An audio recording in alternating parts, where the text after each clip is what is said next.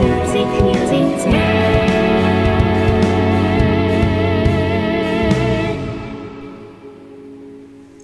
Hi, hello, and welcome to Music Musings. So this is a segment where I'm going to talk about stuff I've encountered in the past week or so that's in the sort of sphere of music, and mainly guitar, because that's main things guitar, so that makes sense.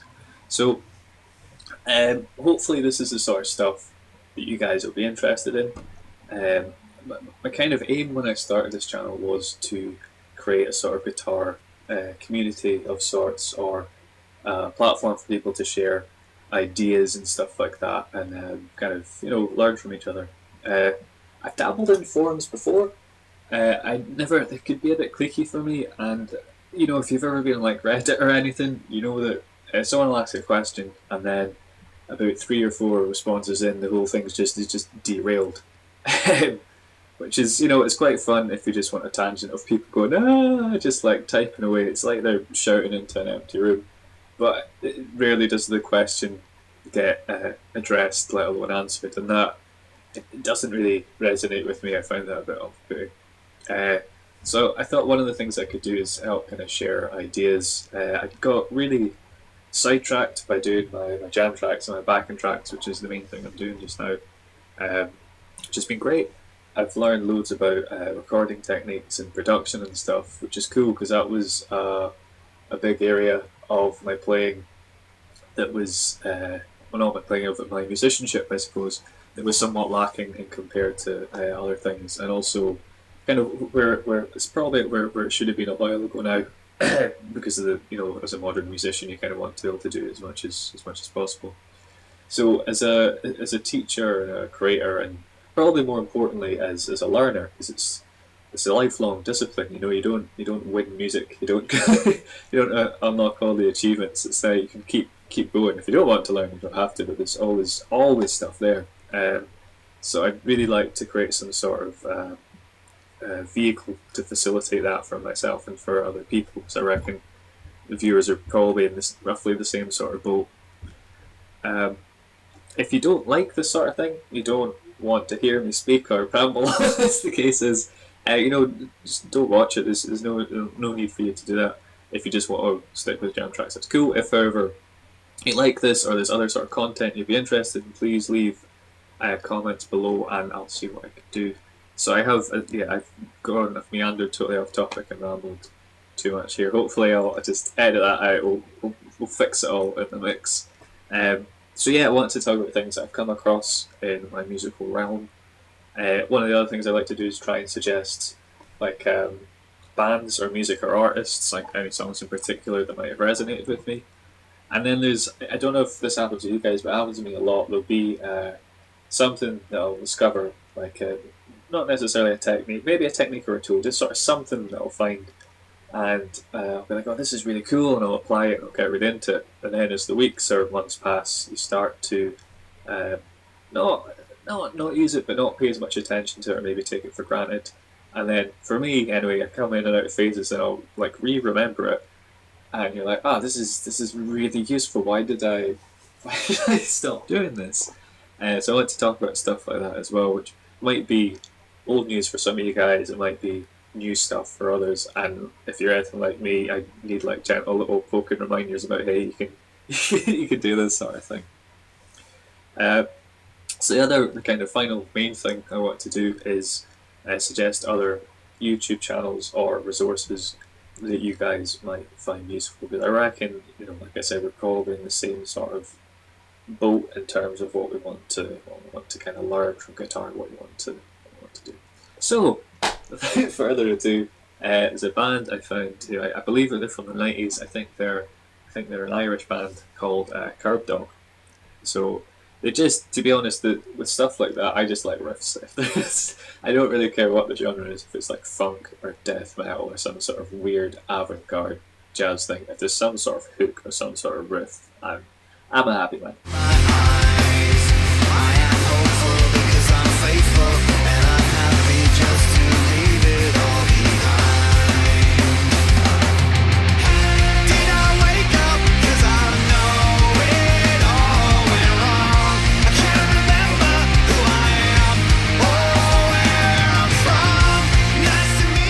Kerbdog, they've got pretty good riffs in my book anyway. I'd describe it as sort of garage rock, but not garage rock. It's a bit more riffy, a bit more.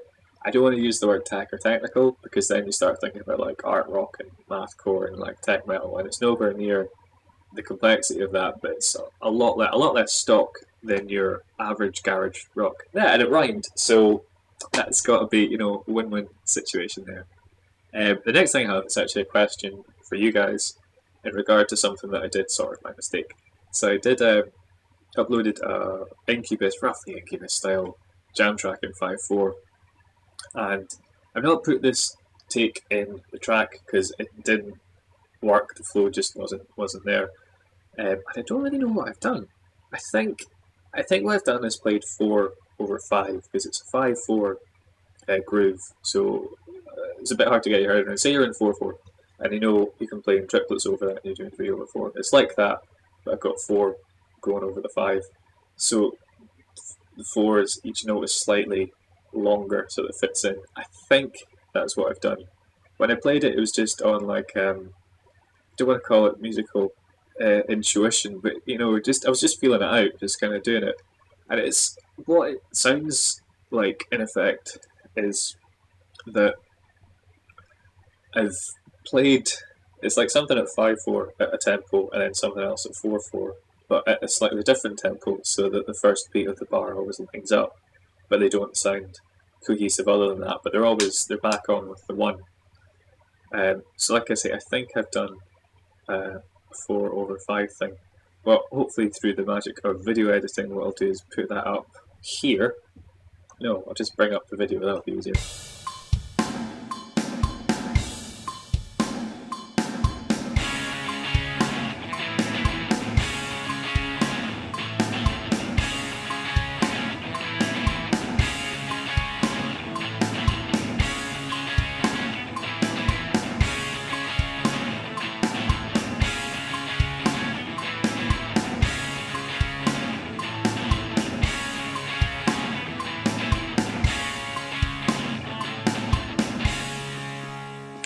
Cool. The next item is the wonders of the tone control, in particular in reference to the Telecaster, because on a Strat there's a lot of good things to be said for tone, and also I'd say a Les Paul or one guitar where you've got the 2 dedicated volumes for the different pickups. I find with Ibanez style humbucker, single humbucker, the tone isn't quite as useful as it is in compared to a Tele. There is, because you can you get quite a big warm sound from those humbuckers anyway, and then you've got the single coil in the middle, so it's not quite. It's still good to use it, but it's not as essential. Because with the Tele, if you know anything about Telecasters, there's a lot of high end. Like, it can be great, it can sound amazing and jangly and fantastic, or it can just sound like it's this like screaming nails on a blackboard sort of thing, which nobody wants. Well, some people do. That's their bag.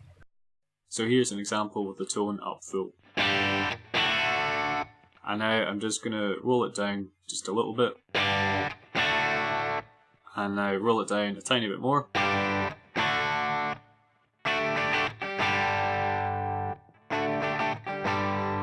So hopefully you can hear the difference there.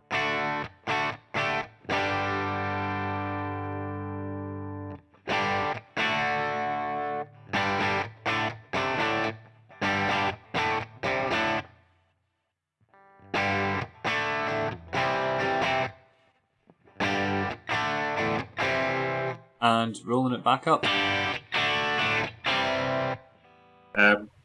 So you've got kind of 2 choices in this instance. You can trust your sound guy, you can just leave all the high end in your amp and trust the sound guy to curb it off a tiny bit if needed. And in theory, this should give you a bigger band sound. As if your bass is occupying sort of here, right, your vocals here, and then if you can get the guitar to cover all of this, you should have a really huge sound, as I say, in theory. So the other option is to carve off a bit of your high end yourself and put less faith in the sound man, which may or may not be a good idea depending on what sort of ending you're playing. So the advantage to having the less high end is you probably prefer the sound that you've got, and the band can sound tighter as a result of it. Because if you're this is the kind of way up. Sorry, because if you're covering as much of the audio spectrum as possible, you should have a huge sound, right? It does depend on the sound guy, but it should be massive. If the guitar isn't covering up all of this, it's just sort of doing here, sound's not going to be as big, but it's going to be tighter. I've noticed this a couple of times with bands I've seen. So there's one guy had this really nice guitar tone. It's like a sound. If you're playing by yourself, it's the sort of sound you go for. So it was quite high in the low mids. It still cut through because he was the only guitarist in the band. But it did make the band sound quite sort of, I don't want to say small, but yeah, not as big as it could have sounded, but also really tight because the frequencies were overlapping a bit more and it just sounded really cohesive. So that's something to think about. And with the Telecaster, you can really soften it up, but just a little bit. Even if you just go down to like 7 on the tone, there's a slight changes a bit. And then if you go down to kind of 6, 5.5, every guitar is different. But for me, that's like that really it smooths it out without going too over the top, without weird bassiness you sometimes get if you roll the tone down. The other thing is the Tele I have has got a treble bleed on the volume. So what this means is when I roll my volume down, all the treble stays, because you'll probably notice with most guitars as you roll down to about 3, maybe 4, but by 2 certainly, you've lost a lot of the high end. It's just this kind of like bassy, clean sound, which is cool, but sometimes it can be a bit much. So the tone really helps with that. There's one way around this which I did with a guitar that I might do another video on because I put a lot of modifications in it. One of the things I did was I put a treble bleed as a push-pull pot in the volume. So when the volume's down, it's normal. It just acts like an volume control. When I pull it up, it does the treble bleed. So when you roll the volume down, the sound doesn't get muddy. It stays really pristine and clear, which is sometimes good for some situations. So what I tend to do is just have a setting on the amp that's like it's breaking up a bit, but not too much, so I can get more or less a clean sound if I play soft, and if I dig in, you can get a big chord sound. If I need to take a solo, or I need a bit more gain or whatever, I'll just a stomp box, a light overdrive, just to add a bit more onto it. So if you're like me and you tend to just have like one setting, or maybe just one thing for a boost, the tone can really work wonders. And like I say, this is something that I remember and forget. I'm in a phase of remembering how great the tone is, so I'm going to pass that on. The other thing that I forget about and remember is playing behind the beat. So I don't really want to go into this, so if you don't know what playing behind the beat is and you want me to do a video on it, you can leave a comment. If not, there'll be loads of stuff on YouTube to find. So there's an example. The reason is I was listening to Rage Against the Machine during the week, and in particular the song Can Like a Bomb. It's playing so far behind the beat. It's almost like it's like a 16th or 8th note behind. It's fantastic, and there's so much groove to it. So I'm gonna just pop that on, and you won't be able to help but like start to sort of bob your head to that. It's just such a groovy thing. And I was lucky enough to see them a couple of years ago at a music festival, and they did this. It's almost the opposite of what live bands. They normally play faster, and they slowed their songs down. I want to say like just 5 BPM or something. And there's so much more groove in them. It was amazing. It's just this full-on like heavy sort of. It's like almost that kind of stoner rock Sabbath thing where it's kind of slowed down. It's more about just really nailing the groove. Cool. So other things are. Tools you could be using to hark back to the title there.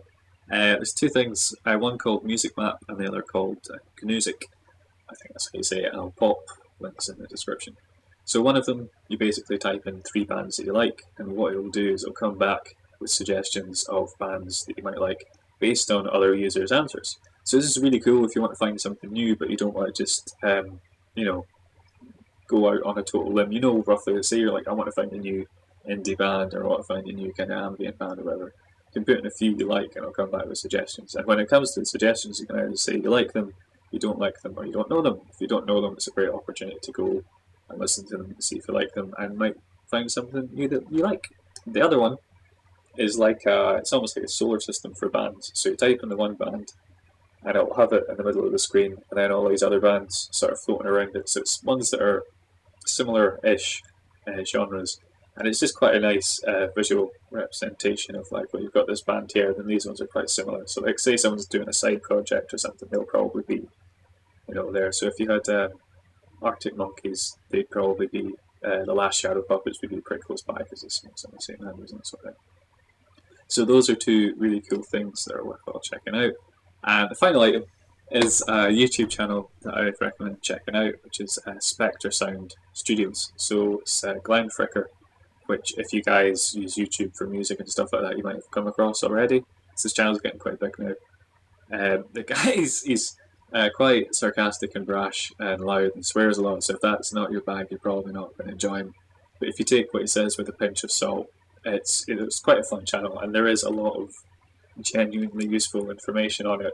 So, for example, there's one I found where he's talking about, you know how if you're recording something with a microphone, you quite often get this background noise that you just can't get rid of. You can slam a noise gate on it, but then you still hear it. Like when, particularly if it's a spoken word or playing, you still hear this kind of hiss over the top of the instrument.